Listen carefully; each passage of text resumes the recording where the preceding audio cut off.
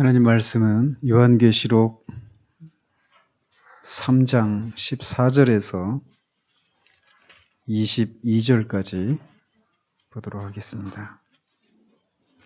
요한계시록 3장 14절에서 22절까지입니다. 하나님 말씀 받으실 때 자리에서 일어나 주시기 바랍니다. 하나님 말씀이 이러합니다. 라오디게아 교회의 사자에게 편지하라. 아멘이시요 충성되고 참된 증인이시요 하나님의 창조의 근본이신 이가 이르시되 내가 네 행위를 아노니 네가 차지도 아니하고 뜨겁지도 아니하도다. 네가 차든지 뜨겁든지 하기를 원하노라. 네가 이같이 미지근하여 뜨겁지도 아니하고 차지도 아니하니 내 입에서 너를 토하여 버리리라. 네가 말하기를 나는 부자라 부요하여 부족한 것이 없다 하나 네 곤고한 것과 가련한 것과 가난한 것과 눈먼 것과 벌거벗은 것을 알지 못하는도다. 내가 너를 권하노니 내게서 불로 연단한 금을 사서 부유하게 하고 흰 옷을 사서 입어 벌거벗은 수치를 보이지 않게 하고 안약을 사서 눈에 발라 보게 하라. 무릇 내가 사랑하는 자를 책망하여 징계하노니 그러므로 네가 열심을 내라 회개하라. 볼지어다 내가 문 밖에 서서 두드리노니 누구든지 내 음성을 듣고 문을 열면 내가 그에게로 들어가 그와 더불어 먹고 그는 나와 더불어 먹으리라. 이기는 그에게는 내가 내 보좌에 함께 앉게 하여 주기를 내가 이기고 아버지 보좌에 함께 앉는 것과 같이 하리라. 귀 있는 자는 성령이 교회들에게 하시는 말씀을 들을지어다. 아멘.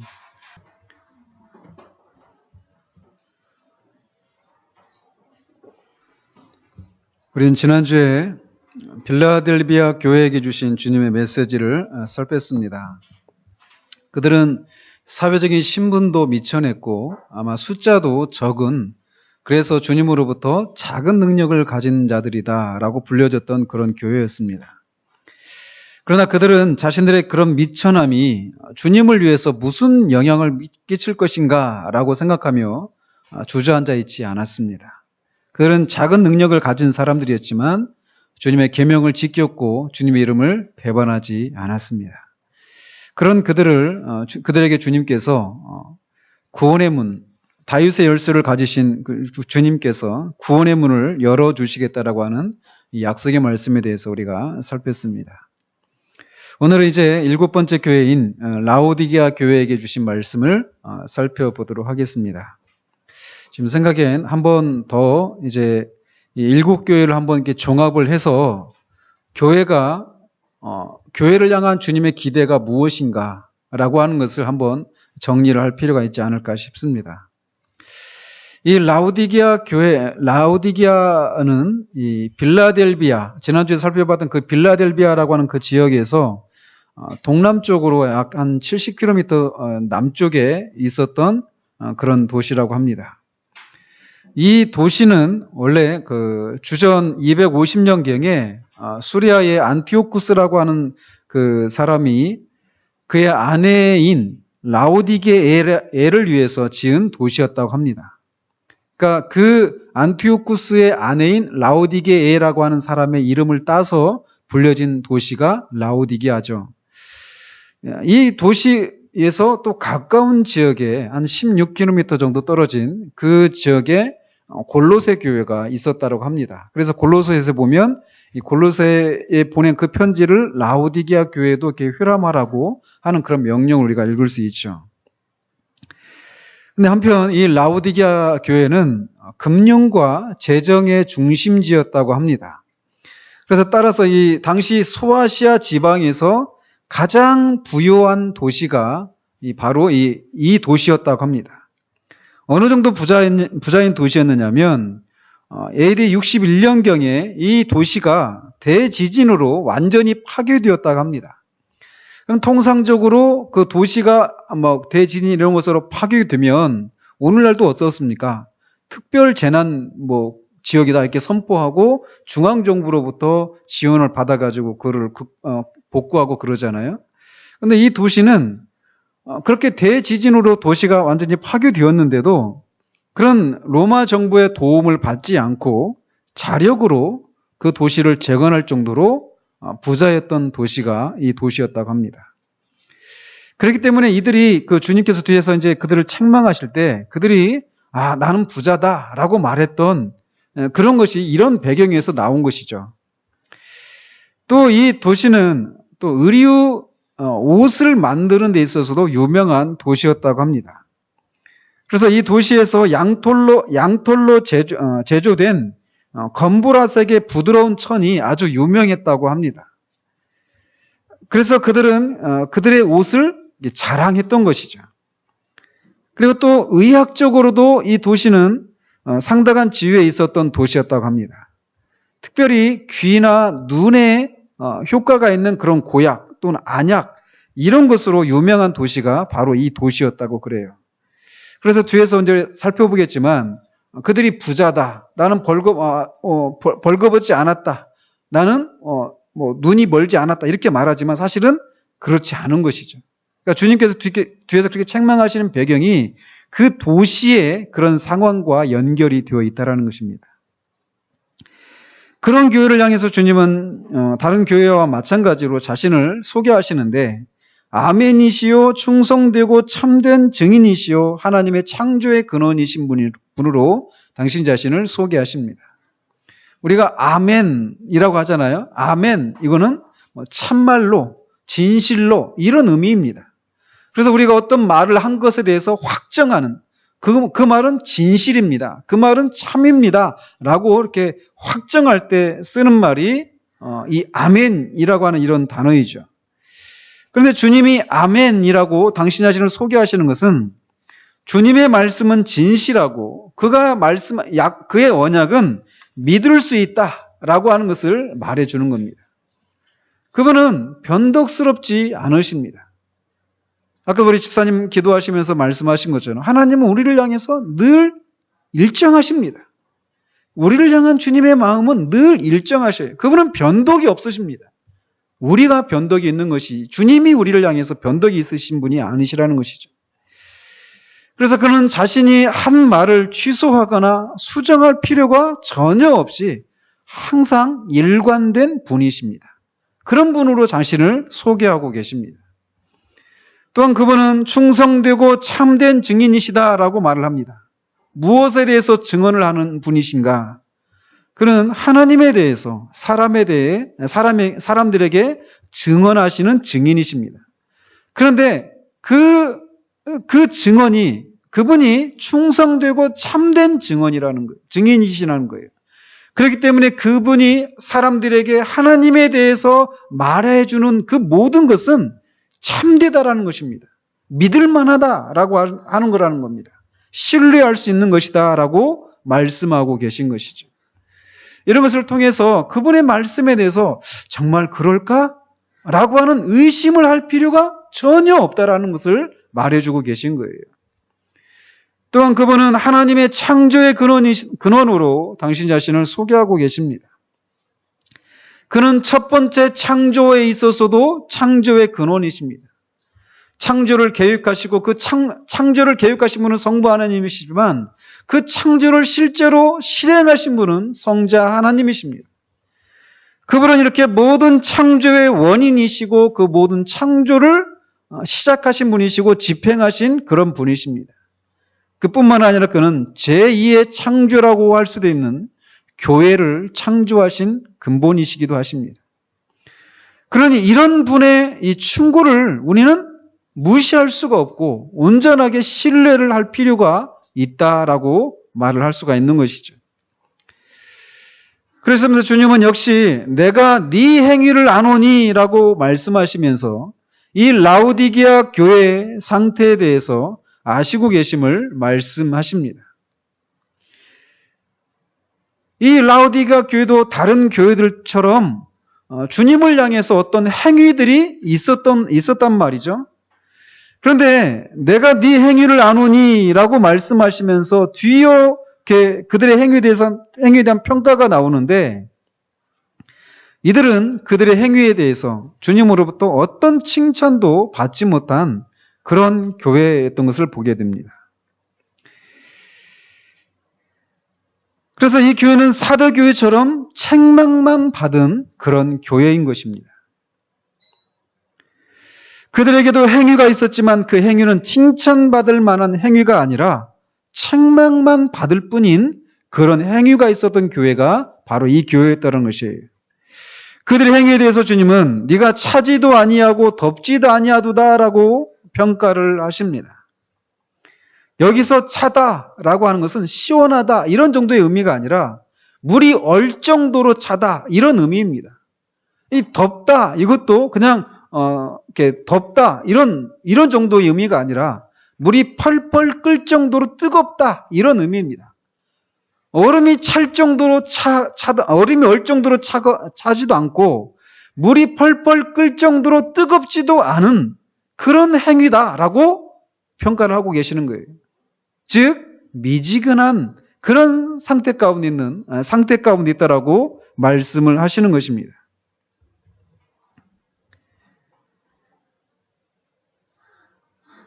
네가 이같이 하여 뜨겁지도 아니하고 차지도 아니하다라고 말씀하시면서 주님은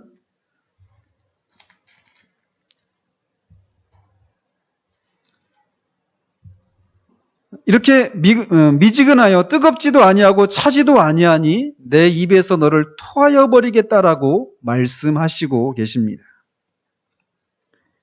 미지근한 그런 액체가 우리 어떤 그 미지근한 물이나 어떤 미지근한 그런 액체가 우리 안에서 구토를 토를 불러일으키는 것처럼 그들의 행위가 그렇게 미지근한 것이었기 때문에 주님은 내 입에서 너를 토하여 버리겠다라고 말씀하시고 계시다라는 거예요. 주님 여기서 그러면서 너희들이 차든지 덥든지 하라라고 말씀하십니다.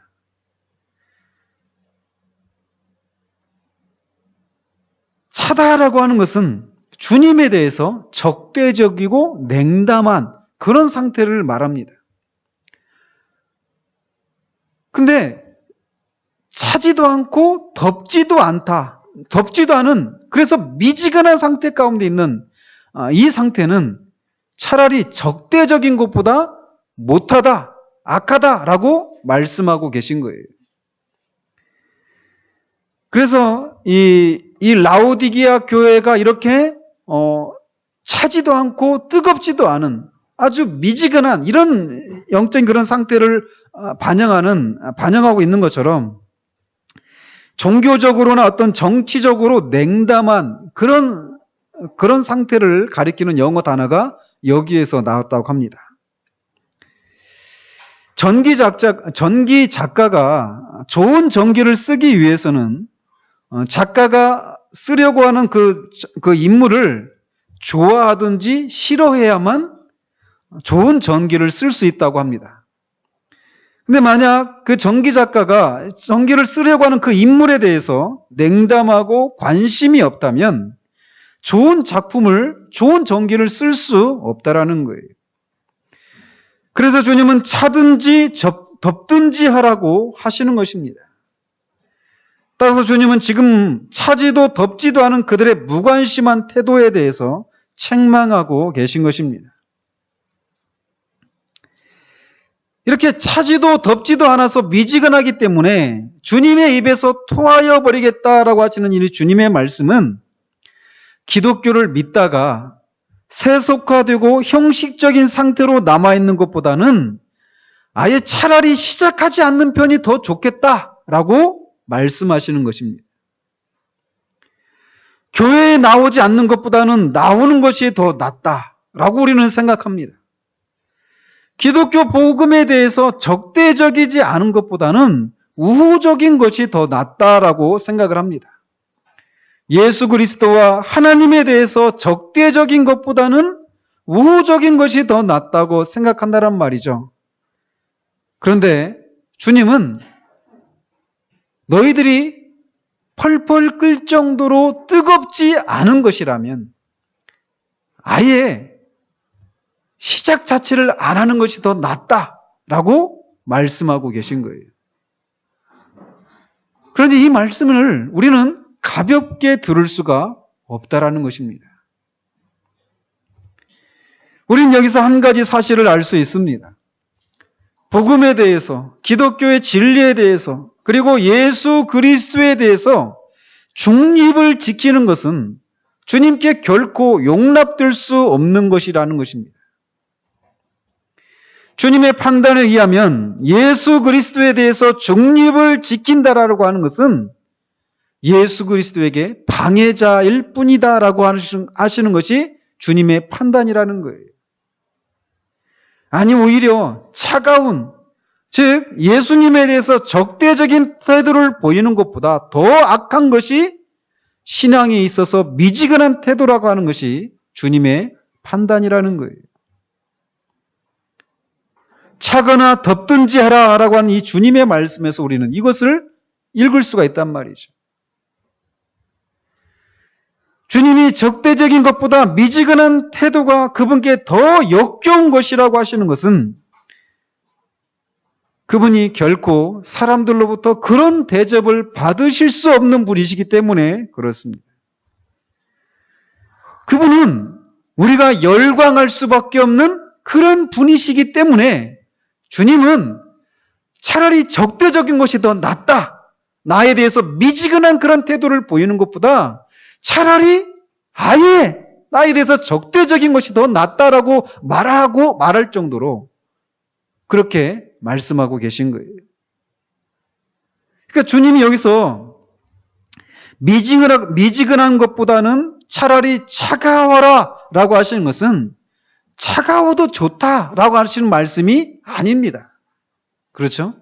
결국 주님께서 이 라오디게아 교회에게 요구하시는 것은 너희들이 더워라, 뜨거워라, 나에게 열광해라 라고 요구하시는 것입니다. 이것이 주님이 라오디게아 교회를 향해서 진정으로 요구하고 계시는 것이에요. 우리 시대에 회복되어야 할 것이 있다면 바로 이것이 아니겠습니까? 우리는 광신에 대한 두려움이 있습니다. 특히 오늘날과 같이 이단들이 득세하는 상황에서 더욱더 이 신앙에 대한 열정과 열광에 사로잡히는 것을 광신으로 치부해버리는 그런 경향이 농후한 그런 시대란 말이죠. 18세기 영국의 부흥의 역사에 쓰임을 받았던 웨슬레 형제들을 향해서 사람들이 기존의 목회자들이, 기존 교회에 있는 사람들이 그들을 향해서 비아냥댔던 말들이 무엇이냐면 저 열심쟁이들이라고 하는 말이었습니다. 그들의 눈에 웨슬레와 그 휘필드나 그 형제들을 볼 때 그들은 열심쟁이들, 이 말은 아주 비아냥대는, 조롱하는 그런 표현이었습니다. 그렇게 그들을 불렀던 것처럼 우리 시대에도 주님에 대해서, 기독교 신앙에 대해서 열심을 내는 사람들을 드러내놓고 그렇게 부르지 않을지는 몰라도 마음속에 갖고 있는 생각들이 그런 말이란 말이죠. 그래서 이 시대에서 신앙에 있어서 열심을 내는 것에 대해서 사람들은 저 사람이 어떤 열심을 내면 저 사람이 이단하냐? 광신자 아니야? 라고 하면서 의심하거나 또는 그런 의심에 자기가 의심을 받지 않기 위해서 그렇게 되는 것에 대해서 두려워하는 것이 사람들의 마음 가운데 있단 말이죠. 그러나 주님의 요구는 너희들이 나에 대해서, 복음에 대해서 뜨거워라, 열광해라 라고 요구하고 계신 거예요. 신앙에 있어서 이 열정이라고 하는 요소는 반드시 있어야 되는 그런 요소란 말이죠. 바울이 사도행전에서 베스도 총독이라고 하는 사람과 아그리빠 왕 앞에서 유대인들이 바울을 고소했단 말이죠. 그런데 그 고소에 대해서 자신의 입장을 변호할 그런 기회를 얻었습니다. 그래서 자신이 어떻게 이 자리에 서게 되었는지를 이제 설명을 합니다. 다메섹 도상으로 가는 중에 교회를 잔멸하는 것이 하나님을 위한 열심인 줄 알고 그렇게 다메섹을 향해서 가는 도중에 부활하신 주님을 만났다라는 거예요. 그래서 그 부활하신 주님으로부터 자신이 받은 사명에 대해서 얘기하고 자기가 믿는 바에 대해서 얘기를 하니까 그 얘기를 들었던 베스도 총독이 이렇게 말을 합니다. 바울아, 네가 많은 학문으로 인해서 네가 미쳤다. 이렇게 얘기를 합니다. 그 사람들의 눈에 바울은 미친 사람처럼 보였단 말이죠. 그런 소리를 들은 바울이 이렇게 대답을 합니다. 바울이 이르되 말이 적으나 많으나 당신뿐만 아니라 오늘 내 말을 듣는 모든 사람도 다 이렇게 결박된 것 위에는 나와 같이 되기를 하나님께 원하나이다. 사람들로부터 미친 사람이다라고 이렇게 취급을 받았던 바울이 내가 미쳐도 상관이 없다. 내가 하나님께 분명히 미쳤다. 그리스도에 미쳤다. 복음에 미쳤다. 그런데 나만 미치는 것이 아니라 여러분들도 다 그렇게 미치기를 원한다라고 말하고 있다는 거예요. 어느 누가 이 바울을 향해서 광신자라고 말을 할 수 있습니까? 바울은 우리가 본받아야 될 그런 신앙의 전형이 아니겠습니까? 이게 정상적인 그리스도인의 모습이 아니겠느냐란 말이에요. 믿지 않는 사람들이 볼 때, 아니면 형식적인 그런 그리스도인들이 볼 때, 아, 저 사람 미쳤어. 완전히 빠졌어. 라고 말할 수밖에 없는 그런 모습이 있는 것이 정상적인 그리스도인의 모습이라는 거예요. 그러나 오늘날 이런 신앙을 가진 사람들을 교회 안에서 찾아보기가 쉽지가 않은 것이 우리의 슬픈 현실이라는 것입니다. 일에 사로잡힌 사람은 간혹 봅니다. 그러나 주님을 향해서 사로잡힌 사람은 흔하지가 않아요.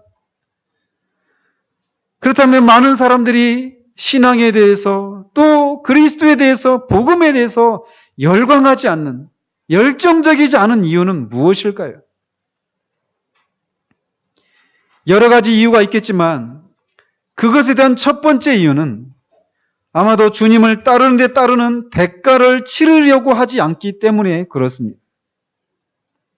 신앙의 달콤한 열매를 얻고자 하지만 그것을 얻기 위해서 치러야 할 대가는 싫어하는 것이죠. 깊은 기도를 통해서 주님과 더 깊고 온전한 관계를 누리고 싶어 하지만 기도하기 위해서 시간을 내고 기도의 자리에 나와서 씨름을 하려고 하지를 않는다라는 것이죠. 주님에 대해서 더 깊이 알고 싶어 하지만 주님을 알기 위해서 말씀을 배우고 깨닫는 일에 시간과 에너지를 쏟지를 않습니다. 그렇기 때문에 원함은 있지만 실제로 누리지를 못하는 것이라는 것입니다. 이것이 적당한 신앙의 형태로 살아가는 첫 번째 이유라고 할 수 있습니다. 그러나 기억하시기 바랍니다. No cross, no crown입니다. 즉 십자가가 없이는 면류관도 없다라는 거예요. No pain, no gain입니다. 고통이 없이는 얻는 것도 없습니다. 사람들은 주님을 따르는 데 치러야 될 그런 대가를 치르려고 하지를 않습니다. 그래서 적당한 선에서, 주님을 향해서도 적당한 선에서 타협을 하고 있습니다. 주님, 제가 이 정도까지는 주님을 위해서 헌신하겠습니다. 그러나 이 선 넘어서는 주님도 오지 않기를 원합니다. 그렇기 때문에 주님을 향해서, 복음을 향해서 열광하지 않는 그런 모습이 지배적인 모습이 된 거라는 것입니다. 사람들이 복음에 대해서, 주님에 대해서 열광하지 않는 두 번째 이유가 있다라면 오늘 라오디게아 교회와 같은 그런 이유 때문에 그렇습니다.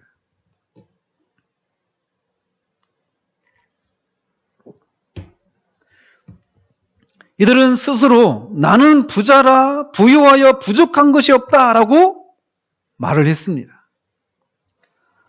즉 그들은 자신의 영적인 상황에 대해서 자가 진단을 내리고 있었다라는 거예요. 그리고 그 자가 진단의 결과 나는 부족한 것이 없다라고 말하면서 자기 만족에 머물러 있었다라는 것입니다.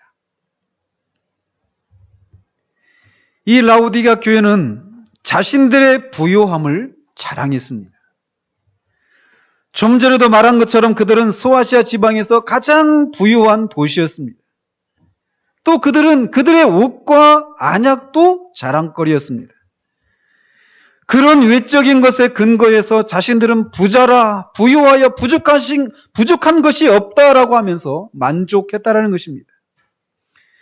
그래서 그들은 이만하면 됐다라고 말하면서 자신들의 영적인 상황에 대해서 만족해 했던 것입니다. 그러나 주님의 판단은 그들이 자신들의 정확한 상태를 알지 못했다라는 것입니다. 그들의 자가 진단에 의하면 라오디게아 교회는 부족한 것이 없었지만 모든 것을 아시는 주님은 네 곤고한 것과 가련한 것과 가난한 것과 눈먼 것과 벌거벗은 것을 너희들이 알지 못한다라고 말씀하십니다. 존 스토트는 이것을 눈이 멀고 벌거벗은 거지다라고 표현을 합니다. 아주 정확한 그런 표현이죠. 그들은 스스로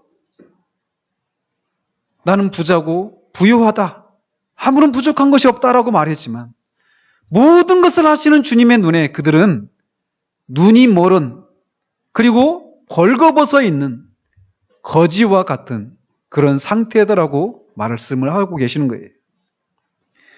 먼저 그들은 하나님으로부터 죄사함을 받거나 하나님 나라에 들어갈 수 있는 그런 입장권을 살 수 없는 거지였습니다. 그들은 부유하다고 생각했지만 그들의 영혼은 굶주리고 있었던 것입니다. 그들의 창고에는 많은 양식이 있었다라고 생각했지만 실상 그들의 창고는 텅텅 비어 있었다라는 것입니다. 또한 그들은 눈이 멀어서 자신의 영혼이 처한 위험과 운명에 대해서도 볼 수 없었습니다.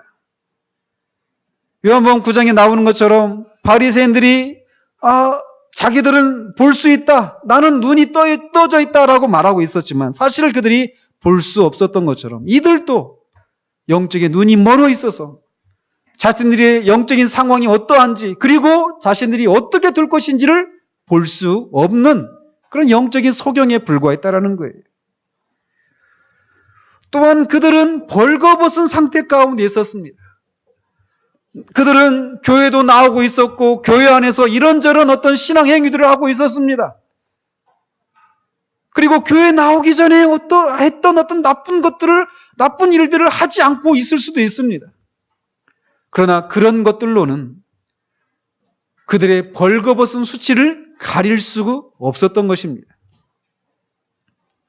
그들의 미지근한 행위로는 그들의 부끄러움을 가릴 수 없었지만 그들은 자신들이 벌거벗고 있다라고 하는 것도 깨닫지 못한 상태 가운데 있었다는 것이 주님의 판단이었습니다.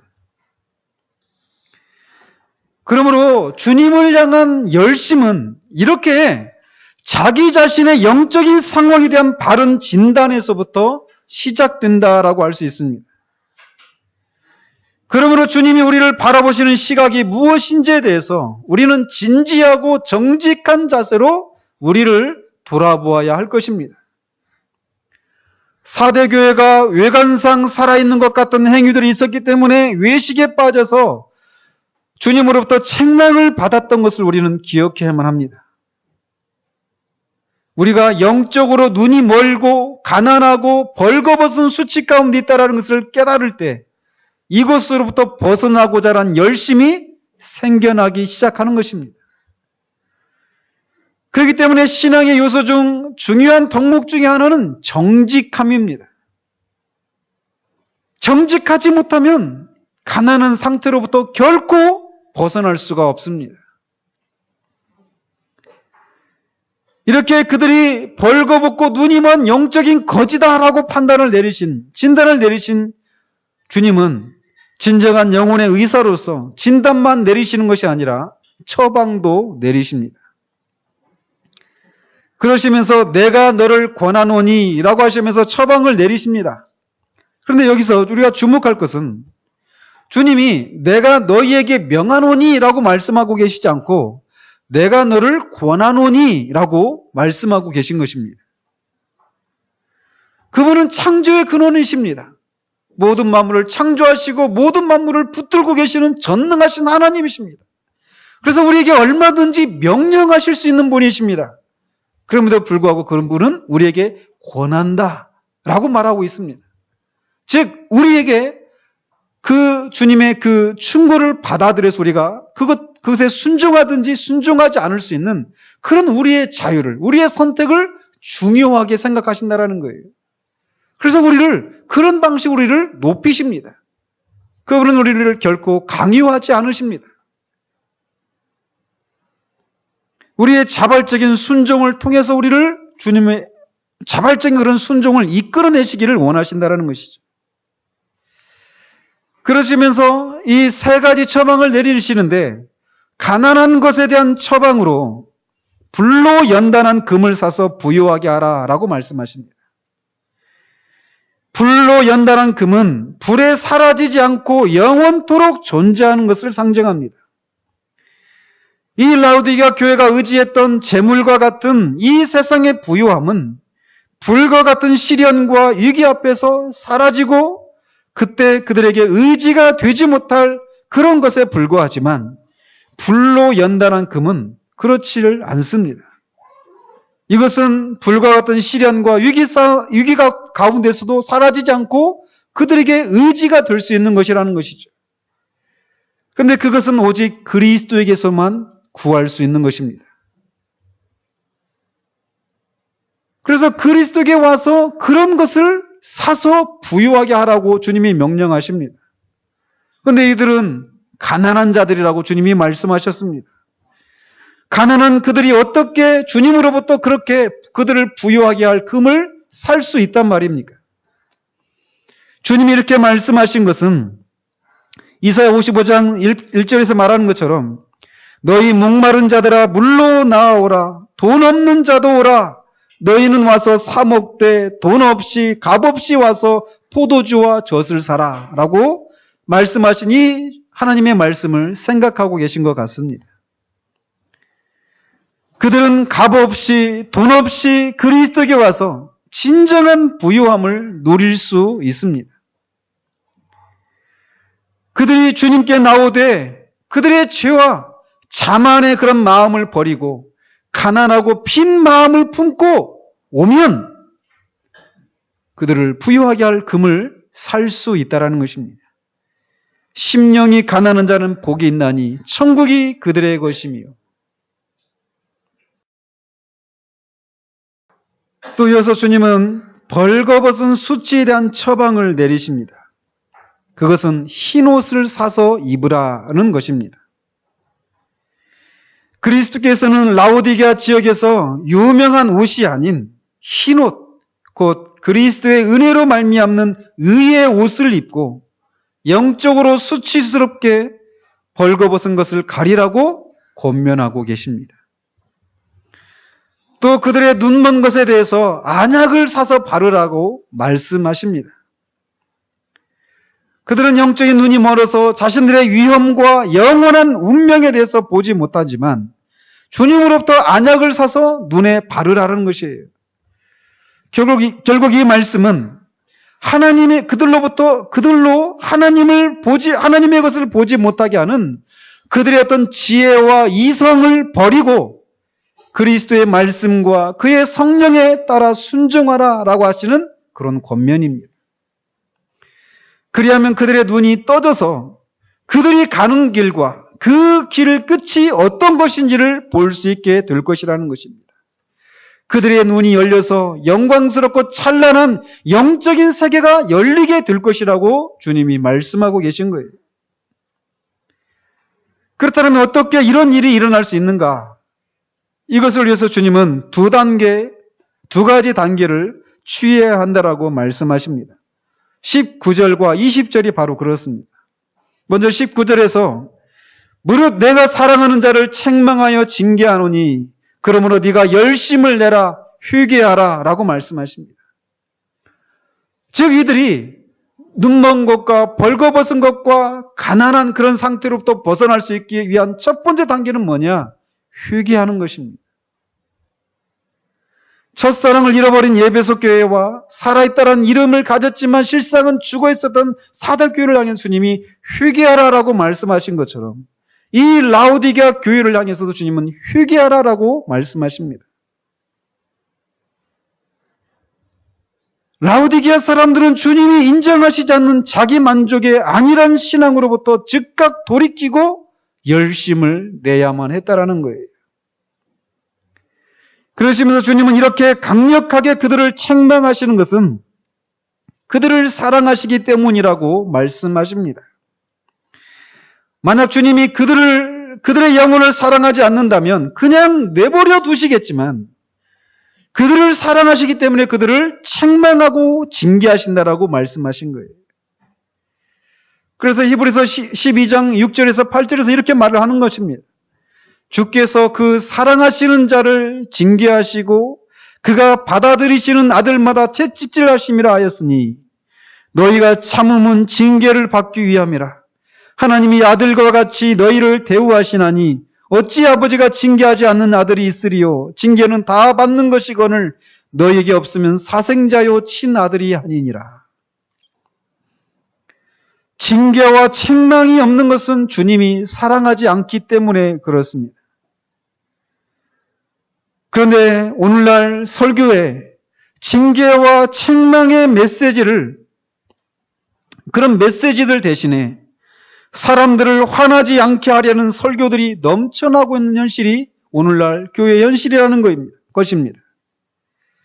사람들로 하여금 자신의 영혼의 상태를 정직하고 진지하게 들여다보도록 하기 위해서는 때로는 징계와 책망의 메시지를 전해야만 합니다. 그러나 오늘날 많은 설교자들은 우리 주님보다도 관대하고 지혜로운 것 같습니다. 그들은 모든 사람에게 칭찬을 받고 누구도 화나지 않는 방식의 설교를 개발해냈습니다. 그래서 많은 사람들이 교회로 들어오게 할 수 있었을지는 모르지만 그런 설교는 그들의 가난하고 벌거벗고 눈이 먼 상태에 대해서 인식하지 못하게 해서 결국은 그들을 영원한 파멸로 이끌 뿐이라는 것입니다. 우리가 마태복음 산상순에서 살펴보고 있는 것처럼 거짓 선지자들의 설교의 특징이 바로 그런 것입니다. 거듭나지 못한 사람들에게도 결코 갈등과 화나게 하고 분노를 일으키는 그런 종류의 설교를 결코 하지 않습니다. 그것이 바로 거짓 선지자들의 가르침의 특징이에요. 그런데 오늘날 그런 설교들이 교회 안에 넘쳐나고 있다는 것입니다. 그래서 주님은 그러나 그들을 징계한다라고 책망한다라고 말씀하십니다. 그러면서 그들의 안일한 신앙으로부터 돌이키라고, 회개하라고 촉구하고 계십니다. 그들이 취해야 될 첫 번째 행동은 회개하는 것이었습니다. 두 번째로 그들이 해야 할 것은 20절에 볼지어다 내가 문 밖에 서서 두드리노니 누구든지 내 음성을 듣고 문을 열면 내가 그에게로 들어가 그와 더불어 먹고 그는 나와 더불어 먹으리라 라고 말씀하십니다. 즉 라오디가 교회가 그들의 영적인 가난함과 벌거벗음과 눈멀음으로부터 벗어나기 위해서 취해야 될 두 번째 단계는 믿음으로 그들의 마음 문 밖에서 그들의 마음 문을 두드리고 계시는 예수 그리스도를 영접하는 것입니다. 예수 그리스도는 말씀과 성령을 통해서 죄인들의 마음의 문을 두드리고 계십니다. 그러나 그들의 마음은 무지와 불신앙과 죄악된 편견 때문에 굳게 닫혀 있습니다. 그런데도 그리스도는 아가서 5장에서 나오는 밤중에 신부를 찾아온 그 신랑처럼 머리에 이슬을 흠뻑 맞은 채로 그들의 양심의 문을 두드리고 계십니다. 주님은 이렇게 죄인들을 찾아오십니다. 지금도 그런 일들을 우리 중에 아직 믿지 않는 사람들을 향해서 하고 계시는 거예요. 주님은 믿지 않는 여러분들의 마음 문 밖에 서서 지금도 두드리고 계십니다. 여기에 우리의 위로와 소망이 있습니다. 하나님이 적대하는 인간 세상을 방문하셨습니다. 그리고 집요하게 그들의 문을 두드리고 계신다라는 거예요. 마음의 문을 열고 주님을 받아들인 사람들에게 주님은 들어가서 그와 더불어 먹고 그도 주님과 더불어 먹게 될 것이라고 말씀하십니다. 주님이 그들의 마음 가운데 들어가시는 것은 단지 손님으로만 들어오시는 것이 아닙니다. 한 번 방문했다가 가시는 그런 손님으로 들어오시는 것이 아니라 그 집에 사시기 위해서, 주인으로 사시기 위해서 들어오십니다. 로버트 멍어라고 하는 그런 분이 쓴 내 마음 그리스도의 집이라고 하는 책에서 말하고 있는 것처럼 주님은 우리 집에 들어오셔서 집의 모든 방과 거실과 서재와 주방, 침실 등을 친히 다스리시기 위해서 들어오시는 것입니다. 우리의 마음이 모두 그리스도께서 거하시기에 합당하도록 우리의 마음의 방들을 깨끗이 치우기를 그분은 원하신다라는 거예요.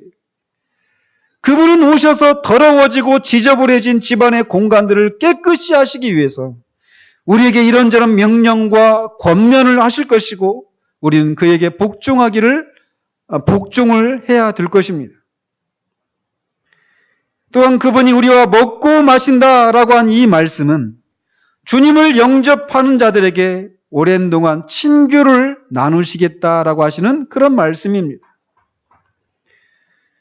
우리가 여기서 주목해야 될 것은 주님이 우리에게 오라고 말씀하셔서 주님이 베풀어 놓으신 그런 진수성찬을 우리에게 대접해 주겠다라고 말씀하시는 것이 아닙니다. 잘 보십시오. 주님은 그를 영접한 자들에게 들어가셔서 그와 더불어 먹겠다라고 말씀하십니다. 복음서에 자신의 종이 죽게 되어서 고쳐달라고 사람들을 보냈던 백부장의 얘기가 있습니다. 그러니까 주님이 그 청을 받아들여서 내가 너네 집에 가서 고쳐주겠다 이렇게 말씀하니까 백부장이 난 그것을 주님이 우리 집에 오는 것을 내가 감당할 수가 없습니다 라고 말하면서 그냥 명령만 내리십시오 이렇게 말을 합니다.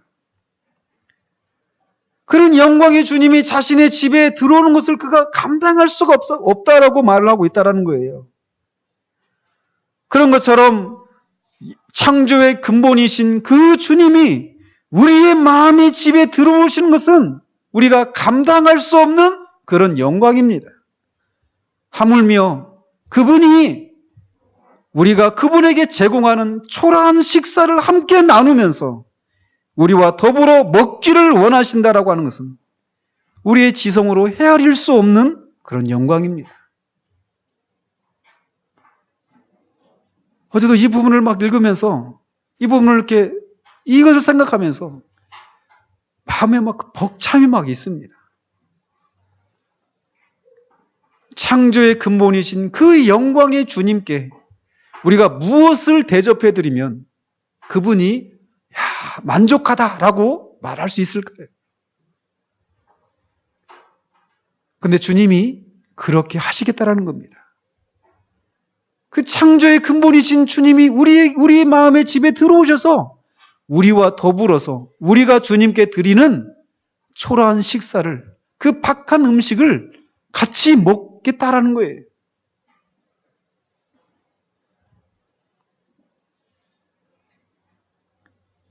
그분과의 교제를 통해서 우리는 점점 그분을 닮게 될 것입니다. 우리의 거실이 달라지게 될 거예요. 우리의 서재가 달라지게 될 겁니다. 여러분 집에 가셔서 로버트 멍의 내 마음 그리스도의 집이라고 하는 책을 한번 읽어보시기 바랍니다. 우리의 침실도 달라질 것입니다. 우리의 주방도 달라질 것이에요. 즉 그런 표현을 통해서 우리의 생각과 말과 행동 이 모든 것이 달라지게 될 거라는 거예요. 집안에 어른을 모시고 사는 그 사람들은 뭔가 다릅니다. 어른들과 같이 지내기 때문에 말하는 것에 있어서도 절제가 있고 그런 규모가 있습니다. 행동거지도 조심스럽습니다. 하물며 창조의 근본이신 주님이 우리 안에 들어오셔서 우리가 그분과 그렇게 교제를 나누는 과정 가운데서 우리의 생각이, 말이, 행동이 달라지지 않는다. 이게 있을 수 있겠습니까? 그렇지 않습니다. 주님이 오시겠다라는 거예요. 마음의 문을 두드릴 때 그 마음의 문을 활짝 열고 주님을 맞아들인 자들에게 그 집에 들어가셔서 그와 더불어 먹고 마시겠다라는 겁니다. 우리가 주님께 드리는 그 작고 초라한 섬김을 주님이 어떻게 이따위 것을 나한테 줄 수 있느냐라고 내치지 않으셔요. 더불어 먹습니다. 완전하신 주님이, 창조의 근본이신 주님이 우리의 작고 초라한 섬김을 기꺼이 기쁨으로 받으시겠다라는 거예요.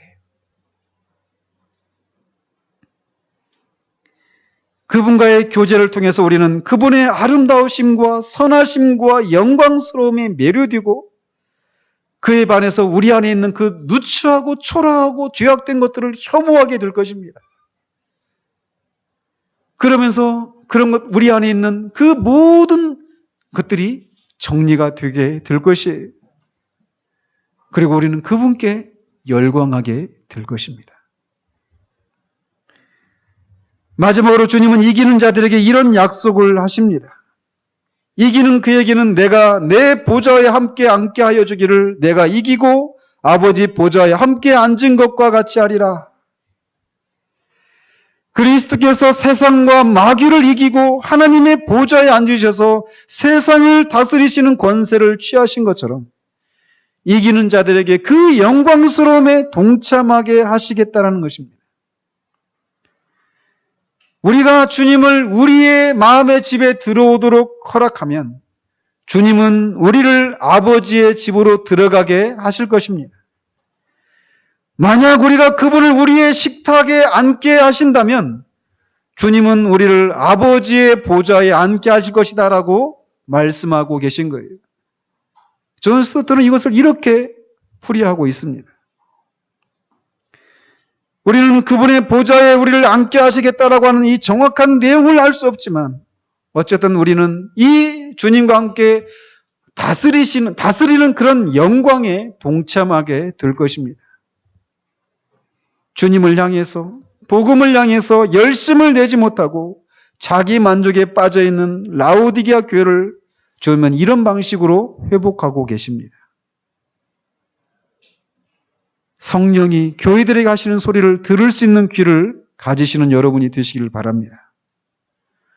여러분들은 어떻습니까?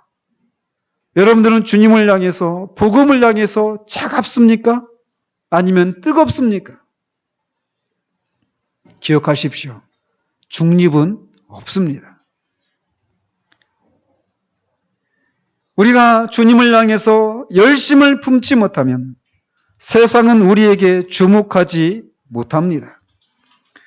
우리 자신도 설득하지 못하는 정도의 신앙으로 무관심과 반감이 가득 찬 세상을 감동시키고 그들을 우리가 믿는 신앙에 주목할 수 있도록 할 수 있겠습니까? 결코 그렇지 못합니다. 그러므로 이제 우리는 자가 진단을 멈추고 주님 앞에 정직하게 나아가서 우리의 영혼의 상태를 바르게 볼 수 있게 해달라고 요구해야만 합니다. 그리고 주님을 바라보십시오. 그리고 그분이 일하시도록 하십시오. 그분을 그냥 내버려 두십시오. 우리의 두 손을 옆으로 내리고 가만히 있기를 바랍니다. 수술 칼을 어디에 대야 할지 하나님께, 주님께 훈수두지 말라라는 것입니다.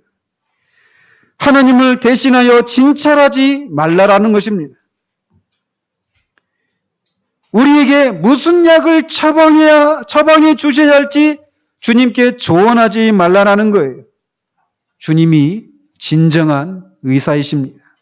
우리는 환자입니다.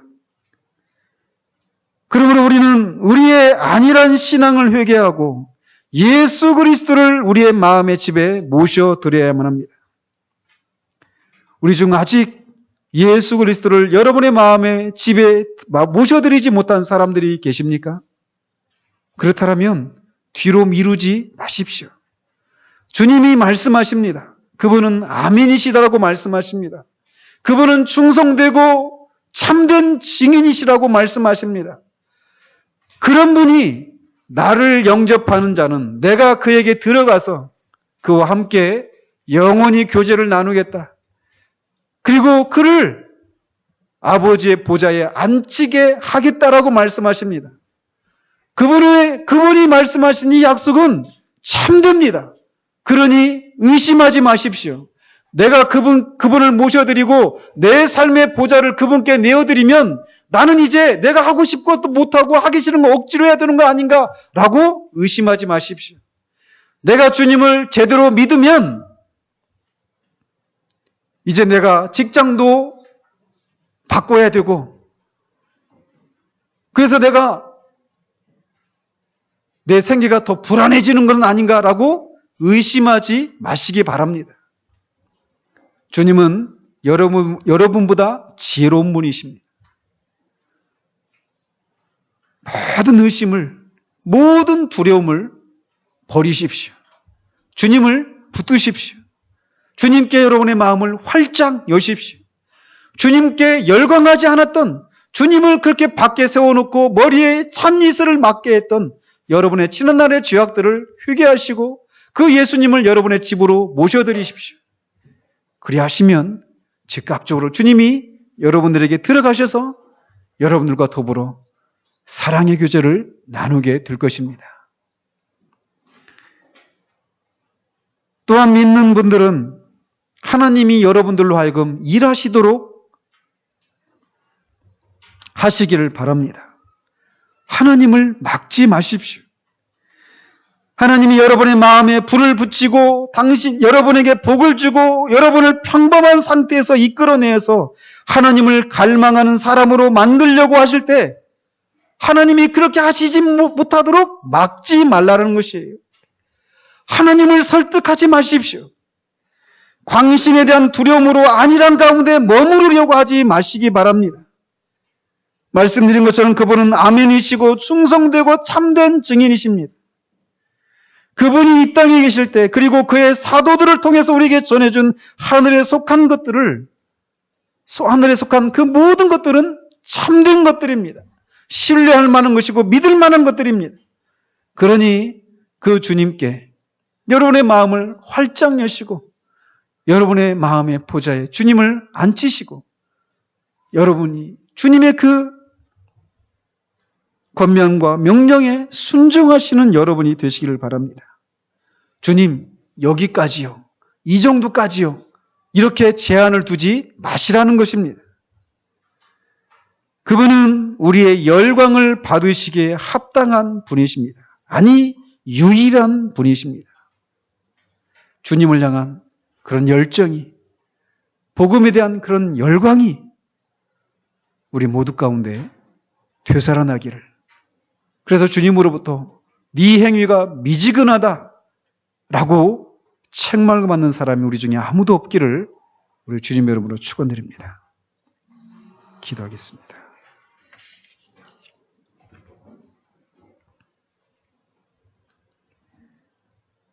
하나님 아버지, 먼저 죄송합니다. 우리의 죄악과 무지함과 죄악된 편견으로 말미암아서 주님이 우리 마음에 들어오셔서 우리의 전 인생을 장악하시는 것을 두려워하고 그래서 내가 통제할 수 있는 정도의 그런 신앙생활로 만족하며 살아가려고 하였던 그래서 주님의 마음을 아프게 해드렸던 우리의 모든 죄악들을 이 시간도 주님 앞에 고백을 드립니다.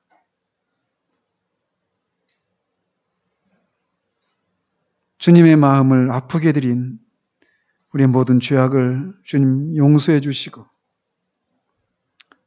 정말 주님께 다시금 우리의 전 존재를 쏟아붓고자 하는 그 열망이 우리가 사로잡힐 수 있도록 주님 도우시기를 원합니다. 하나님 아버지, 정말 우리를 새롭게 해주시기를 원합니다. 우리의 눈을 열어주시옵소서. 우리의 벌거벗은 수치를 볼 수 있도록 주님 도우시옵소서. 뿐만 아니라 그리스도께 속한 하늘과 땅에 속한 그 모든 기업의 풍성함을 아는 지식을 우리에게 드러내어 주셔서 우리가 이 정도면 되었다라고 말하는 이런 아니라고 자기 만족적인 이런 신앙 상태에서 벗어날 수 있도록 주님 도우시옵소서. 주님이 우리 가운데 오셔서 우리를 다스리시고 매일마다 우리 안에 거하셔서 우리의 침실과 우리의 거실과 주방과 우리의 서재들을 깨끗하게 하시고 우리와 늘 동행하며 우리가 주님께 올려드리는 초라한 그 박한 음식 같은 작은 그 부끄러운 섬김들을 기뻐하시고 우리를 기뻐하시는 그 주님과 우리가 막힘이 없는 친교를 나누는 우리 모두 될 수 있도록 주님 도우시기를 원합니다. 그리하여서 우리가 더욱더 주님을 알고 우리 안에 있는 그 많은 죄악들이 얼마나 혐오스러운 것인지를 밝히 볼 수 있도록 도우시고 우리의 생각과 말과 행동이 점점 변화되어 주님을 닮게 하시고 정말 그 주님께 열광하는 그런 우리 될 수 있도록 주님 도우시기를 원하오며 우리 주 예수 그리스도 이름으로 기도합니다. 아멘.